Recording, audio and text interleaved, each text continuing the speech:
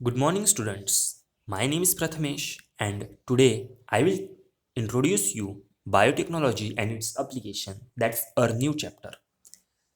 The applications of biotechnology include therapeutics, diagnostics, genetically modified crops for agriculture, processed food, bioremediation, waste treatment, and energy production. See what the vast variety of uses biotechnology has. So, how important it is. There are three critical research areas of biotechnology that are three important aspects of biotechnology. First one, providing best catalyst in the form of improved organism, usually a microbe or pure enzyme. Second one, creating optimal conditions through engineering for a catalyst to act.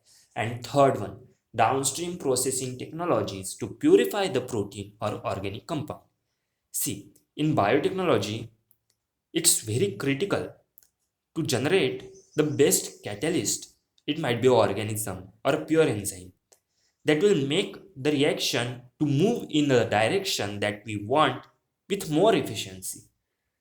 Creating optimal conditions, certain temperature, certain pH at which the catalyst will act properly, act at its level best. Downstream processing technologies to purify the protein or organic compound. Any protein, any organic compound that we generate, it's very critical and very important to purify it safely. So it's the third critical research area. In this chapter, we will also study about applications in agriculture, applications of biotechnology in medicine. Also, we will study certain ethical issues that arise due to biotechnology, that is due to genetic modification of organisms. Any genetically modified organism, when released into nature, might cause certain changes in the nature that are undesirable. If we are playing with the nature, if we are making an organism resistant to certain pathogen, it may lead to increase in the population of that organism.